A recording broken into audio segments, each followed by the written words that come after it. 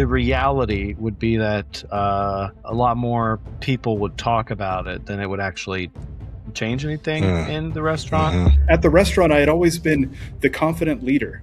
That whether the decision was right or wrong, I stuck with it and I saw it through and we made it right. All right, y'all, welcome back to the Smokeless Podcast. Nick here from Stanley's Famous Pit Barbecue in Tyler, Texas. Wayne and Justin will be back in the next episode. This week, we're bringing you a couple of our favorite conversations from the archive, and they both hit on something every pitmaster knows all too well, and that is pressure.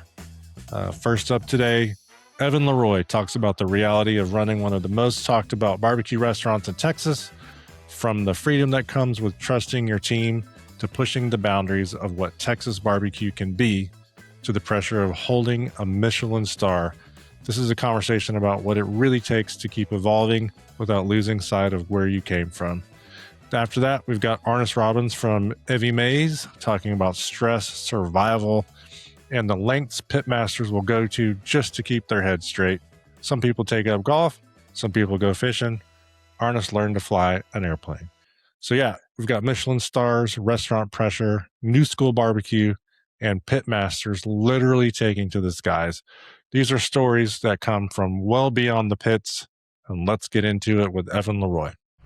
This year, I'm kind of preparing everybody for the fact that I'm going to be gone longer, I think, than I have ever before, just because of this book tour. It's not going to be all at one time, like a few weekends here and there, but it'll still be busy times, like weekends when I won't be there. And there's still just like little things and little times when it's like a judgment call of whether, or not to fire more burgers or something. And that's going to determine, if the night goes very well or if the night does not go very well. And it's like really trying to train them to kind of like focus in on those little details and make the right decision at the right time. Is there going to be any cooking on the book tour, or is it strictly just going to be, Q&A and talking about what's going on? Yeah, I would say much like everything else we do, non-traditional book tour. We're going to have a few stops that are pretty just kind of traditional as far as signing, and like that's it. But most of them are going to be at our friends' restaurants or something that has like a food element to it. We're going to be capturing a bunch of content as we do that too, to post on social media and YouTube and stuff. So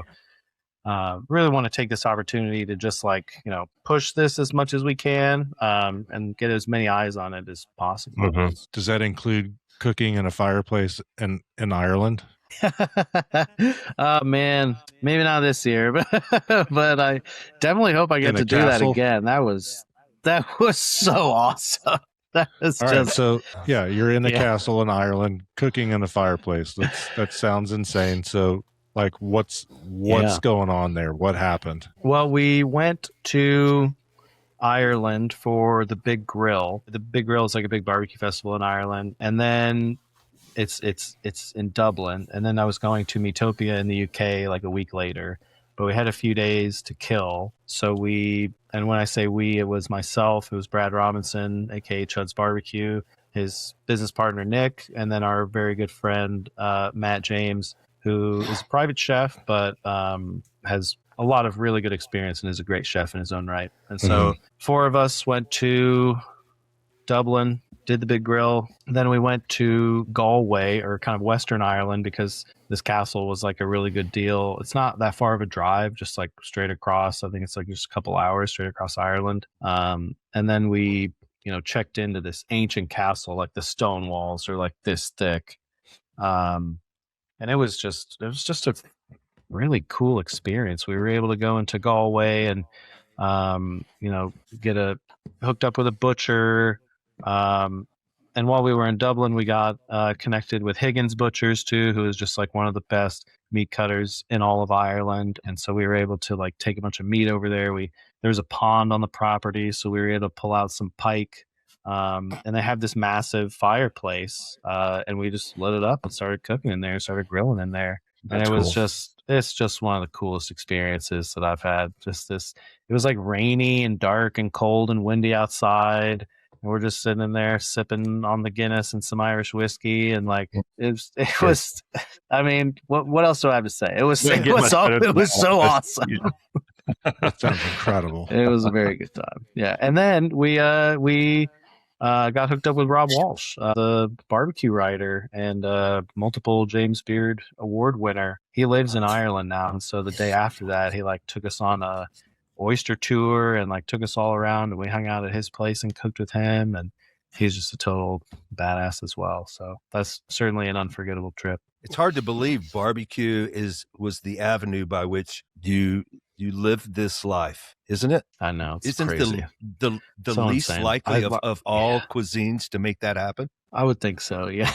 Yeah. I mean, what the heck are we doing? Like off on some like some castle in Ireland, like cooking barbecue. It's kind of crazy. There's not a post oak tree to be found for kilometers. So what was in the fireplace? Just like big Any idea? steaks and fish and or what wood? Oh, I have no idea what was in there. Probably probably a Duraflame log. Trimming some rose bushes. Yeah. With some resinous conifers, just throwing off a bunch of sap. Who knows? I get a pit tour one time, and somebody asked me what kind of wood we cooked with, and I told them it was crepe myrtle. Yeah. Everybody's notes. Pressure treated pine. It's oak, but we finished with crepe myrtle. Yeah. My stupidest response ever, and I know you guys get tired of hearing me say it, but they always say, "What kind of wood you use?" Well, morning. It's very plentiful, and it's a renewable resource, and it just a lot of times people get it, and some people they don't. They're just like, "Oh, morning wood." Okay, Renewable resource. feel free to use that anytime, everybody. That's so good. Take note. Oh, that's awesome. Yeah, Justin's writing down. He's taking notes right now. So tell That's me, right. with the success of the restaurant and the book coming out, have you given any thoughts at all to a second location or maybe another concept of some kind, live fire perhaps? Yeah, I mean, first of all, I don't really ever want to do another Leroy and Lewis. We learned a lot of lessons. This restaurant's too difficult to run as one place, let alone two. I like that it's a single spot. I'd like to keep it a single spot. I think it's like the kind of magic that we're trying to create there, I think is only kind of able to be harnessed in that one area. But yeah, I have a lot of other ideas that I'd like to explore. I'd like to elevate even more. I'd like to do something, very intimate and small and focused, and like still kind of really trying to push some more boundaries on barbecue. And then I'd really like to do some kind of Mexican barbecue thing, and not just like Tex-Mex barbecue, but like Mexican barbecue thing. Because where I go to, some Mexican restaurants, Tex-Mex restaurants, and they have, carne de libro, and it's picadillo, it's carnitas, it's barbacoa, it's chorizo, and we have some of those things on our menu now. But I think it'd be cool if like a barbecue menu read like taco meats, and they were all like smoked and come on a big tray with all kinds of salsas and tortillas and stuff. So maybe one day. Well, back to pushing the boundaries of barbecue. What does that look like? It's when we talk to David Vaughn. That's who we talked to, right? David Vaughn. Yep. That's him. That's the only place in the book it's misspelled, is right on that first page. Well, David was telling us that, barbecue is evolving, and we all see it's got to go that way. It seems like it's harder to find a place with bad brisket now than it used to be. But to you, what is pushing the boundary of that look like? Is it more weird offcuts, or is it just, I guess, the recipes like you're talking now about different kinds of tacos? What's your thought there? How are you going to push the boundary even more? Well, the way that I answer, I kind of used to answer this question a couple of years ago. I used to say that it would become more like the craft brewing space, and if you like, it wasn't that long ago that not every little city had a craft brewery. Now a bunch of little towns have craft breweries, and then the big cities have like niche breweries. They'll have a German brewery, a sour brewery, and all this stuff. But now a lot of those places are closing too. Yeah. As far as barbecue goes, I think it'll probably be slightly more nichified as far as the cuisine goes. And then I think we'll see some people playing with the format. Like, I think I wouldn't be surprised to see like a small plates barbecue restaurant, like really kind of a new American thing, like in a larger Texas or non-Texas city. I wouldn't be, you've got Kareem who's doing Egyptian barbecue. That's not like a culture you find a lot of in Texas or Austin, Texas. It's not German or it's not Mexican. So I think you'll start to see those cultures that are not directly linked to Texas still get their feet wet with some barbecue. You've got Smoking Ashes doing Ethiopian. So I think that's the kind of stuff that we'll see. How mindful are you about the legacy of like old school barbecue? The further you evolve, does that mean you almost lose the legacy in the history, or is it just time that there's going to be people doing the old school thing? But I feel like we need people like you who are going to push, and people might push back on what that legacy is. I mean, it's always going to be ingrained, but I don't know.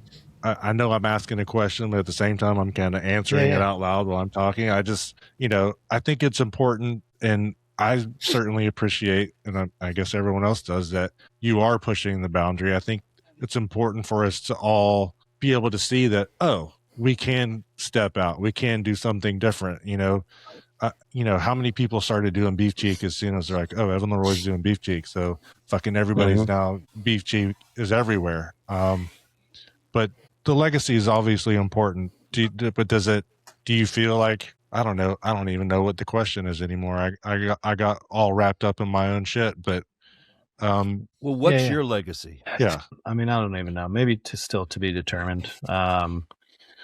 But I would say that we try to stay rooted in tradition of Texas barbecue. Like we try to stay rooted in the method. And I think that's more important than anything else because that's what makes the actual product. The reason they don't cook the same stuff anywhere else is because they don't have the same wood, they don't have the same atmosphere, they don't have the same meat. So I think staying true to the methods of barbecue kind of keeps us rooted in that legacy. And then, that kind of allows us to reach out as far as we can because we've still got one foot on the base, one toe on the base kind of. As far as our legacy, Leroy and Lewis or my own, I don't know. I would like to hopefully write a couple more cookbooks and have a couple more restaurants and, do, I'm not even 40 yet. I'm turning 40 in July. So hopefully there's plenty more time to talk about that. So yeah, we're getting there. I'm definitely feeling it. It goes very quickly. So you got to decide now. Yeah. No, I mean, I think with your accolades, it gives you a unique freedom that I think a lot of us probably don't have. If I tried to do some crazy shit like that in Tyler, Texas, people would, they'd hate the idea and, probably be like, what are you guys doing? Like, they just want the thing. So is there anything that you've ever done that you feel like people hated the idea, or does it even matter? I mean, you get to kind of do what you want, and that's awesome. I mean, kind of like yes and no. Like I would say the only thing I do really miss about the food truck is the kind of flexibility and pliability that it afforded us. Now, if we want to put something new on the menu, it really has to be put through the paces, and we have to make sure we can get enough of whatever it is. We have to have the recipe down solid. The prep team has to know. The kitchen team has to know how to execute it. We have to have enough plates. We have to have enough, just like there's so many different elements to getting something out the door than there used to be, because I used to just be able to make something myself and write it on the menu myself and plate it up right there. And really have to only communicate about it to the person who's standing next to me and punching in the number. So it's a lot more difficult to put something on the menu now, but at the same time, it makes us really, it's like a system of checks. If it doesn't make it past like one hurdle because it's not feasible or it's too expensive or it just doesn't work for one reason or another, then it won't make it on the menu. So it's not even a matter of it being on the menu and then you taking it off. Y'all have a process where it may not even make it on there at all before you're like, all right, that didn't work. That's cool. Yeah. I mean, if we have some, you can always tell a new cook is kind of coming in and it's like, hey, what if we did this? What if we did this? What if we did this? Like, well, first of all, we'd have to order something else in new. We'd have to first we can't find any space on the smokers to cook it. So you have to this is the stuff that we already have that we produce as not necessarily waste, but the things that we have. If you can make a dish out of barbacoa or chopped beef or leftover sausage or something like that, that is what I'm interested in, because that's what we have around. That's what's going to make us money and not have as much waste. And that's where also I think some of the real creativity comes in. You can make something really amazing out of whatever yesterday's products, then that's even better. Repurposing. Evan, besides your restaurants and now the book, what other revenue streams are you pursuing? Are you shipping? You doing delivery service, catering? What else are you doing besides walk-up traffic? We used to do a lot of catering. Now during the slower seasons we do a little bit more. We've kind of changed from doing smaller catering operations to we keep raising our minimums, and then the more we raise our minimums, then the larger clients we attract, and then those are really, really worth it. So we're not for sure, doing smaller catering jobs anymore. We're only doing the really, really big ones that make it worth it for us to take all that food out there and have all the staff out there. That it presents its own challenges in its own way, considering we are pretty much full up on the pits most of the time. So it's if we're doing catering, we gotta steal from yesterday to have that in a couple days at this other catering.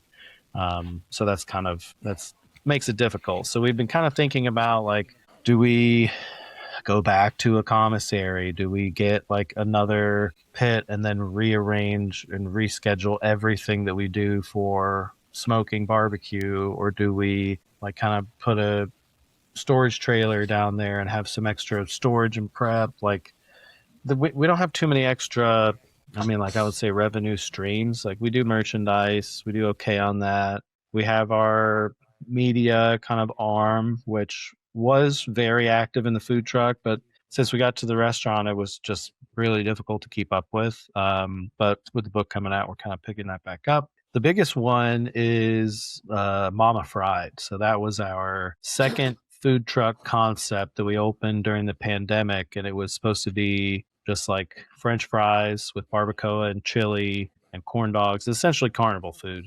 And we had that at a bar here called the Armadillo Den. And that's when we discovered that it was, while it's difficult to hire people for barbecue, at least some of the people who you're hiring there have a lot of passion and are very interested in learning the craft. There's not too much craft behind throwing some corn dogs in the fryer.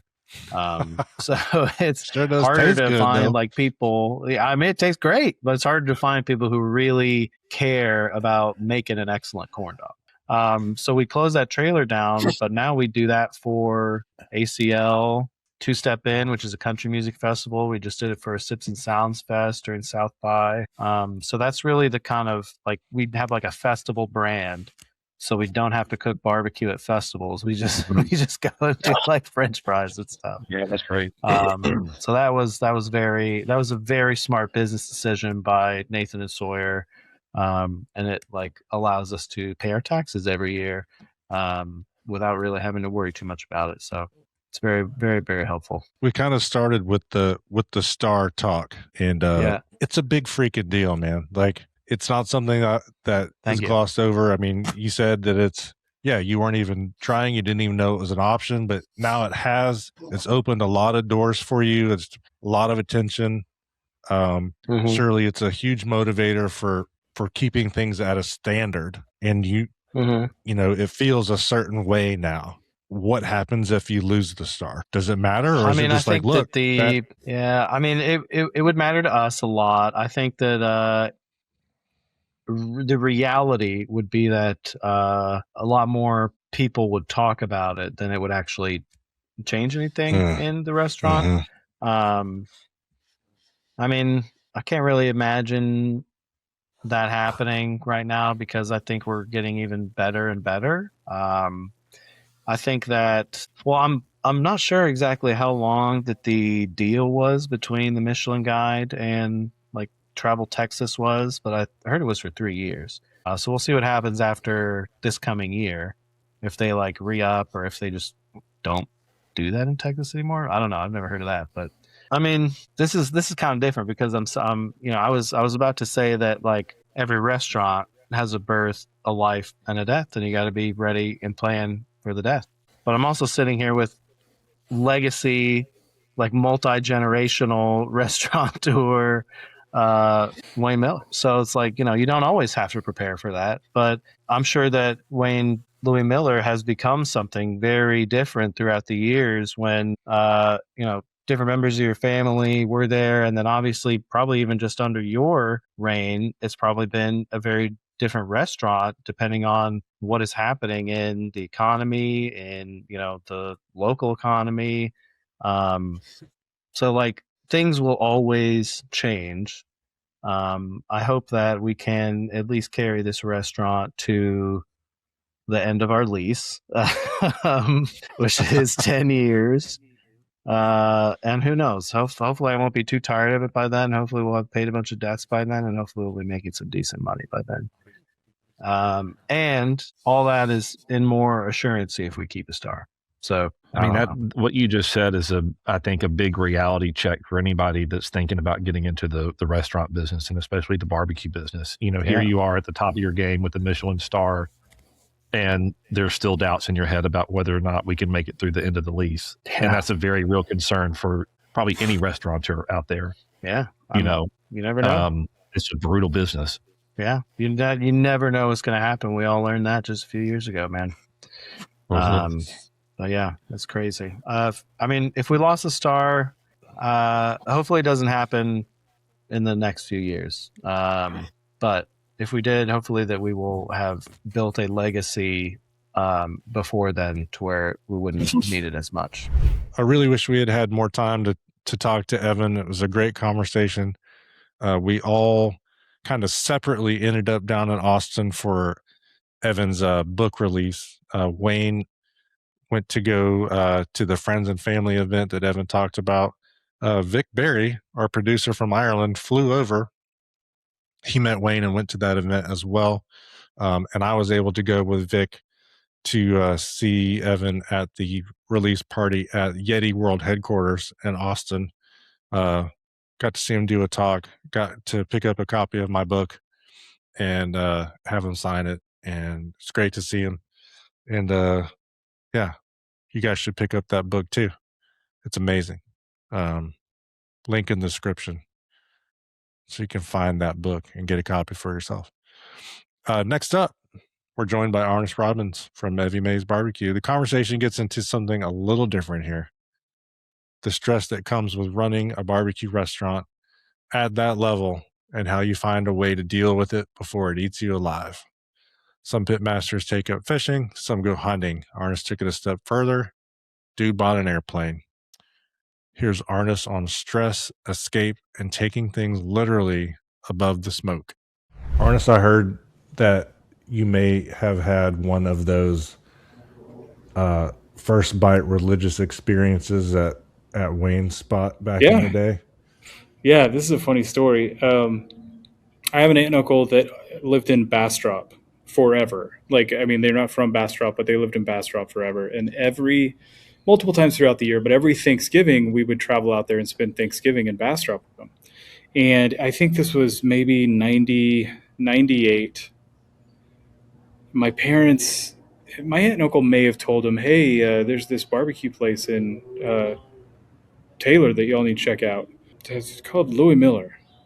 And it's right, if you go around the north route, you can stop there on the way. Well, we drove from Portales, New Mexico, and it was a pretty good jog, but I think we got there maybe around 2:30-ish. I think 98, 99, Thanksgiving weekend coming up.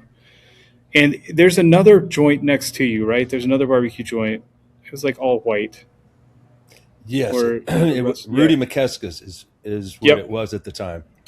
Yeah. Yeah. So we pull up. We're from Eastern New Mexico. The white building is really pretty. Like, it really got your attention.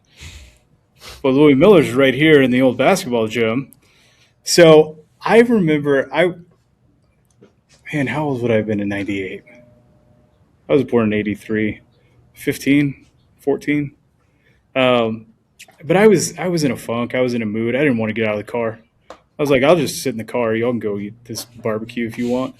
Well, my parents went in, and all your dad had left was a single beef rib, and the crowd was gone. Like, it was, and I think he was going to eat it. I think that was going to be his lunch, and he sold it to my parents.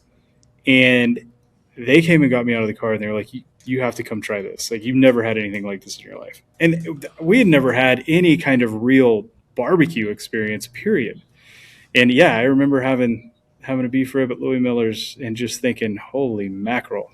Right. We all had like 2 or 3 bites that fed our whole family. But yeah, and I've told people that story before because I was such a punk and didn't want to get out of the car. And I had no idea that I was in the parking lot of like one of the greatest barbecue cathedrals in the world. The Cathedral of Smoke, baby. Right. Yeah. Unbelievable. Yeah. It can do things to people. Yeah. For sure. And it does often. One of the cool things about being here in Lubbock is these international students or staff will come out to the restaurant and they cannot speak any English at all. But they'll come back for seconds or thirds. They'll come out to the pit room. They want to see everything after they eat because, again, they've never experienced anything like that. And it's life-changing whenever you feel like you've had really good food. You've had a really great steak. You've had a really good seafood. You've had really good sushi. But if you've never had really good, simple barbecue, and a lot of people just overlook it because they think, oh, whatever, it's just barbecue. It will change your life. And we've had opportunities to do that with customers in Florida. And that's cool. Very. Because we get an opportunity to do that a lot. And to read some of these reviews that we see online and to see reviews of people that were on vacation and, hey, we found this place on our way to the airport. We wish we would have found it day one. We would have eaten there every day. Stuff like that. That's really cool. It is cool to start over. It's been extremely valuable for Wolfforth to be really put in perspective 11 years later. My appreciation and respect for what the community here has done for our business is just like, I needed that. I needed that reality check. So, Florida's brought great stress on me and my family, but it's also brought a great level of appreciation for what we do have and what we've been able to do here. So, and that is a perfect segue to this because, like I said earlier, if you guys just hang in there, I think it's gonna take off. And I know you can't pay your mortgage with great reviews or hope. And I know that this is stressful. I mean, we have all been through moments where we're trying to build what we have, where it's almost damn near broke us all, right? It's tiring. There's a lot of fatigue and there's so much damn stress. Like, how are you taking care of yourself in this? How much more do you have in the tank before you feel like you're just like, fuck it, man, you'd never I'm ask. out. So we opened June of 24. I started traveling to Florida every 10 to 15 days in December of 23. Yeah. Rented a house out there and we had to do this whole complete build out, and I didn't have a bunch of money. So I was doing a lot of the work myself, working with vendors and carpenters myself, kind of leading the way. Matt Pittman was helping you, right? Yeah. Right. No, dude, Matt's awesome. Of course he came. We our little soft opening thing. He showed up. They were in town, and he showed up. And it's funny when I don't see Matt the way. I mean, none of us see Matt the way that the world sees Matt. Right. But you get that guy in a room full of Southern Alabamans. I mean, it was the greatest night of their lives to be invited to the soft opening of this barbecue joint, and then Matt Pittman is there, just taking pictures and hanging out. So anyway, I start traveling out to Florida to work on this build out and the permitting process, and it's just really hard to do anything out there because the Walton County is really protective of their businesses, because I'm sure that they get all kinds of fly by night operators that are trying to come in and take advantage.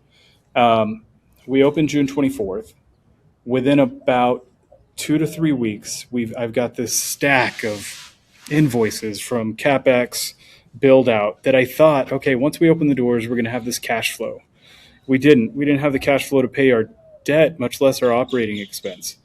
And so from like July of 24 through December, January 24, 25, I was in a funk. I mean, I was in a funk, but I was also every day just trying to figure out how do we get through tomorrow? How do we get through tomorrow?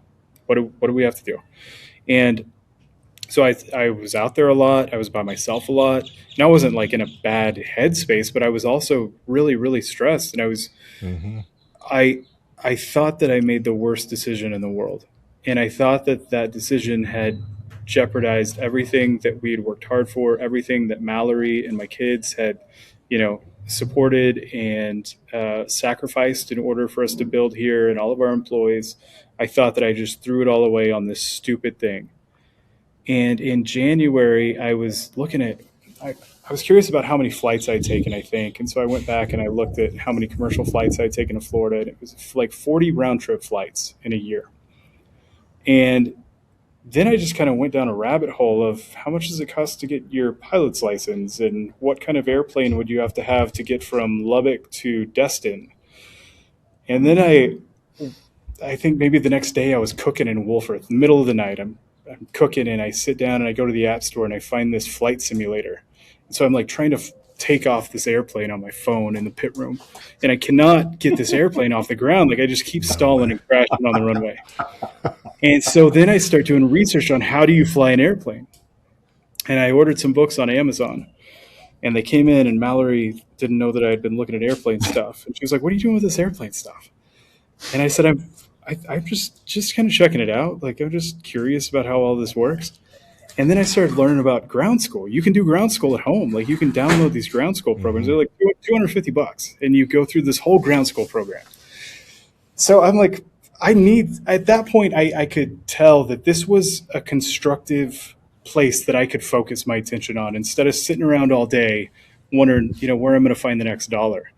And so I buy one of those ground school programs, and I'm just like, man, I'm getting into it, and I am learning. And for the first time since high school, I am like listening to lectures online, and I'm reading books, and I'm just trying to absorb all this stuff. And I still haven't flown in a small airplane. So I go to Google, and there's a little flight school out at the airport here in Lubbock, and I called them up and scheduled what they call a discovery flight. So a year ago tomorrow, March 3rd, Mallory and I go out, and she goes with me to do a discovery flight at the airport. And it scared the crap out of me. Like I was so like every little bump, you're just like, yeah. And I remember thinking, this isn't for me. Like this adventure stops here. Well, we get back on the ground, we go to lunch, and then she leaves to go do her thing. I'm going to go run errands. And I start thinking, man, was it that bad? Maybe it wasn't that bad. Like, that was kind of cool. And so I scheduled another lesson. And I think, like, I never thought that I was going to get my license. I just thought this is just something, it's a distraction. It's a healthy, constructive distraction. And I need that right now. And my confidence was so broke from this massive, terrible decision that I had made that I honestly felt like I had lost myself. I'd always, at the restaurant, I had always been the confident leader. That whether the decision was right or wrong, I stuck with it and I saw it through, and we made it right. And now I was at a point where I didn't trust myself to make any decisions. But whenever I would take a written exam and get a 95 on my flying written exam, then I'd be like that, a little power up. Right. Validation. Yeah. So I just kept going. I just kept taking lessons until I got my license in October. And then after I got my license, I was like, man, what good's a license if you don't have an airplane? Because now you're having to rent from the rental fleet, and I wanted to get my instrument rating, and had it in my head it was going to cost this much to do that, but that's like a year and a half worth of payments. So I could just, so anyway, I bought an airplane. Oh shit! That's the coolest. That's the coolest story of an airplane. This is the coolest story of fighting stress and fatigue that I've ever heard. 100%. I'm an eccentric guy, man. So I got an airplane. I closed on the airplane December 8th of last year. I got a 2001 Cirrus SR-22 and flew out with my instructor to Columbia, South Carolina to pick it up. And we flew from there to Destin, and then Destin to Lubbock. And then we flew it a couple weeks later. We flew from Lubbock to Destin and back. And then I really hit my instrument training hard after the first of the year. So I'm trying to get my instrument rating, and then I'll be good to fly back and forth by myself. Unbelievable. So, from a cost perspective, it's less expensive than flying commercial. I can get from Or definitely more fun. But like it's a cost of operation is cheaper than flying commercial. Cost of ownership is not, once that's factored in. But I can fly nonstop as long as I have just no headwind or a slight tailwind. I can get from Lubbock to Destin nonstop. Really? In like 4.5 hours. Which, I mean, that's a long time to sit there. But if you fly out of Lubbock, everything goes through Dallas. Mm-hmm. I flew commercial to Dallas last week, and I sat in Love Field for 4.5 hours on a layover. So, you know, there's value in it. And really, it sounds silly, and it's an easy way for me to justify it. But the reality is, if Florida's going to last long term, right, it would be great to be able to get there, leave here in the morning, go out there, have a meeting, do whatever I needed to be there for, and either come back same day or come back the next day. Mm-hmm. And that's what I wanted to do. I wanted to be able to go to Florida when I needed to go to Florida, and not go to Florida because I had scheduled that commercial flight 2 weeks ago, and here it is, but I really don't have a reason to be there. But it would really help if I could be there next week, but I don't have a flight. But that's been great for my mental health. I mean, you learn how to fly an airplane at 41 years old, like after Dude. like never knowing anything about it. I'm speechless right now. I'm seriously, because that's just too cool. There are a lot of things we were going to talk about. This is not one of them. No, not at all. Like I had this whole thing. I was going to go down this really dark road about, burnout and like, man, this sucks. And, and now I'm totally amped. I could never do it. My son wanted to Look how fly. happy I am. Yeah, you look freaking happy, dude. And last time I saw you, you looked happy at Troubadour. And that's because I was about to close on my airplane. Who knew, everybody? Not only can you learn to cook barbecue on YouTube and Amazon, you can learn to fly. That's right. That is true. I flew. I hadn't gone to Camp Brisket in 4 years because it didn't make sense for me to drive all day Thursday to be there Friday, Saturday, and then drive all day Sunday home. But I flew to Camp Brisket this year. I left here at 5:30 Thursday night. Yeah. Got there at 7:15 and was there for the 2 day of there Friday, Saturday, and then Saturday after the last session, after the Life of a Pitmaster, the airport's literally right across the highway from the Equestrian Center, and I was out of there and home by 9:30 that night. Incredible. It was incredible. So, I mean, I guess you're not freaked out anymore. Like, have you had any moments up there though when you're like, oh my God, what the hell am I doing? It's kind of like the same with opening a barbecue joint in Florida, but like you're up there and you're like, well, I'm here. I mean, I think everybody in the back of their mind, there's this mentality where you're always kind of like, okay, if I lose my engine here, what do I do? Where am I going to land? Mm-hmm. That's just always there. You're always trying to pick out where you're going to go if this happens. But I don't get too shook up. I flew this morning and it just flying, went through this cloud layer and it kind of kicked over. Mm-hmm. Like that would have, I mean, first 2 months of my training, that really would have scared me. But when you say airplanes over, what exactly? Well, like just like a rogue wind, just kind of a puff, like, so you're just sitting here, everything's cool. And then but airplanes want to fly. They just want to fly. They don't want to fall. No big deal. Damn. So- that puts it all in perspective. I told Mallory, I mean, you can be a airline transport pilot up until 60, I think. I think they force retirement at 60. I told her I'd be a heck of an interview. Like if I going into Southwest, telling about my work history. Yeah, so I guess if this barbecue thing doesn't work out, Arnis is going to be a pilot, you guys. So- good money. I don't know. I used to joke around that if I wrote a book about my life, an autobiography, it was going to be titled "Find Your Barbecue," because barbecue was kind of, I was landscaping and I enjoyed it, but it's like once I started cooking barbecue, I thought this is it. This is what I was born for. This is why I was put on this earth. This comes easier to me than other stuff does, and I'm not afraid of the hard work. It's so rewarding, and I just felt like I was doing what God had put me here to do. And I still think I am. But I think my second book, chapter 2, post Florida opening, is going to be called Find Your Airplane. All right, y'all. That's it for this week's Smokeless podcast. If you enjoy these conversations, make sure you're subscribed.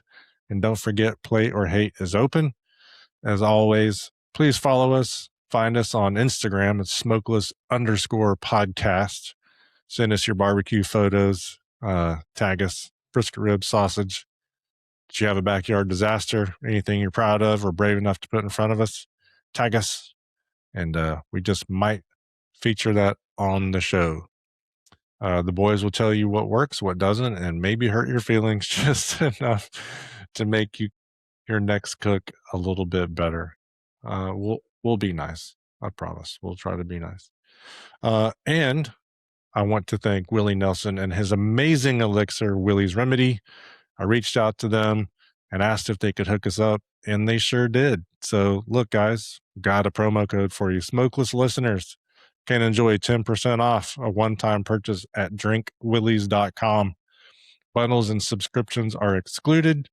The code you're going to use is STANLEYSFAMOUS. Again, go to drinkwillies.com, put in the code STANLEYSFAMOUS, get 10% off a one-time purchase, and check out what the legend is doing over there. It's pretty good stuff. As always, I speak for myself and Wayne and Justin. We want to thank you for listening, and we'll see you next time. Thanks.